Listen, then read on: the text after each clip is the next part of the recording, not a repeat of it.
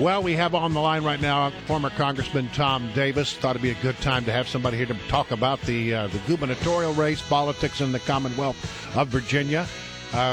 Congressman Davis, how are you? I'm fine, Brian. How are you doing? I'm doing well. Hey, listen, Ken Cuccinelli, who's the Republican gubernatorial candidate, has said what we need is a special session to talk about ethics. And the reason he thinks we need to talk about ethics is all the stuff that's been swirling around the current governor, Bob McDonnell. And Bob McDonnell says, no thank you. What do you think needs to happen here? Well, I think they need to close some loopholes pretty quick. I think you wait till January. I don't know that the politics of trying to do it under that, I think, are probably pretty difficult at this point. But I think the lieutenant governor's call for changing it again, he said we can wait. There's a lot of politics in this because the Attorney General's got his own issues coming out of this. I think he'd like to put it behind him. I can't blame him for that. But they need to close the loophole. They need to include family members. They probably ought to put some thresholds on this. But you're in agreement that a special session is perhaps not the best way to address that? Probably not in an election year. You don't need. This isn't hard to change. This isn't that complex to close this.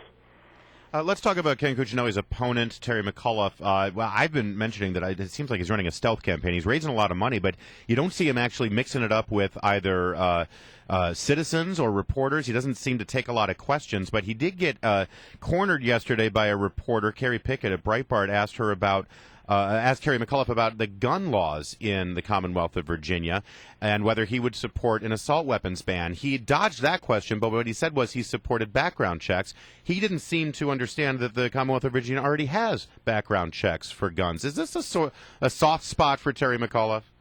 Well, I think he's going to have to prove he understands the issues. But, we don't have background checks in the Commonwealth at gun shows. So there are several gun shows here where you can walk in and get rejected by a licensed dealer and go next to somebody who's selling guns and buy a gun and not have to show an ID. So he's not totally incorrect on that. That's been a hot issue in Virginia Republican politics and in the General Assembly.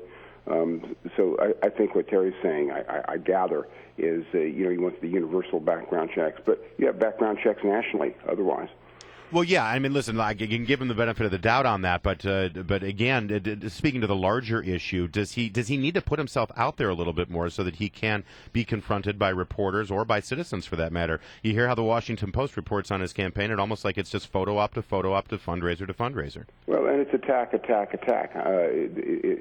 not really putting out substantive policy provisions, and I think people aren't really paying attention yet, but after September, somebody's going to ask, what are you guys going to do for me? And I think at that point he's going to have to understand how the state government works. So he's got to work knowledge of that. And to date, I guess the reviews have been mixed on that.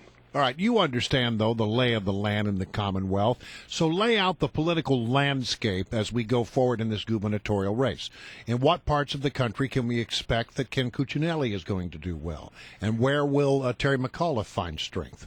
Well, it's gotten pretty easy in Virginia. I mean, Northern Virginia has been a Democratic stronghold through the last several gubernatorial and presidential elections, where the Democrats are coming out of here with anything from 100 to 200,000 vote margins that Republicans can't make up elsewhere. Last time McDonald carried Fairfax by 4,000. He lost Northern Virginia because of large margins in Arlington and Alexandria. Cuccinelli cannot allow McAuliffe to come out of Northern Virginia with 125,000 vote margin. Just by way of comparison, Obama carried Northern Virginia by over 200,000 votes and won the state handily. But the urban areas have been difficult for the Republicans. Almost all the rural areas are now breaking for the Republicans. The Republicans need to get out the vote out in the rural areas. Closer in suburban areas tend to be more Democratic, even in the Richmond area. And further out suburbs, exurbs have been Republican bastions. And where are the swing counties in your mind? Well, right up here, you take a look at Loudoun and Prince William County are swing counties. These are counties that will tell you if the Democrats carry them, it means larger margins for them in Fairfax, Arlington, and Alexandria. If they lose them, it means they'll have smaller margins there. And so these two counties you have to look at very, very carefully on election night. And if they go Republican, I think it's going to be a good night. If they go Democrat, I think it'll be a good night for the Democrats. Representative Tom Davis is our guest, of course, former Virginia congressman, former Republican Virginia congressman, I should point out. And you mentioned that it looks like Terry McAuliffe's strategy seems to be attack, attack, attack. It seems to be the attack is on the whole war on women thing. He really wants to bring up abortion and other issues that he feels Ken Cuccinelli is vulnerable on. What do you think Ken Cuccinelli should do in response to that? Well, I think Ken is attack, attack, attack as well.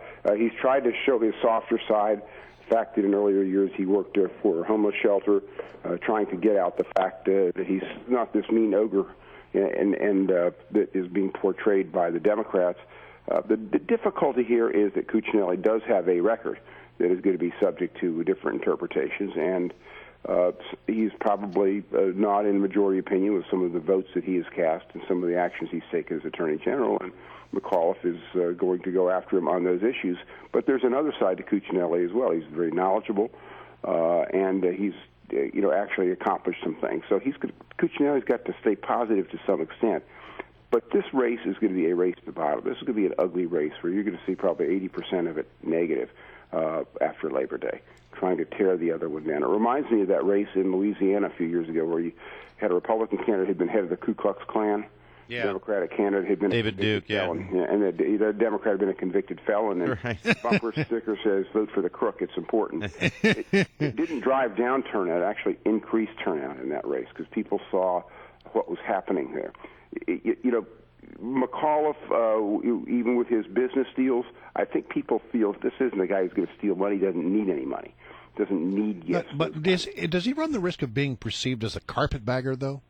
Well, he's lived here 21 years, but he hasn't seemed to have done much in Virginia. So that is the perception at this point. I think the Cuccinelli camp is doing everything they can to flout that. All right. Well, Tom Davis, thank you so much for joining us. Always a pleasure to get your perspective. Hey, guys, thanks. Great race to watch, a great race not to be in, Yeah, that's well, right. We'll absolutely. continue to draw on your expertise as this race unfolds. Okay, guys, thanks. Thanks.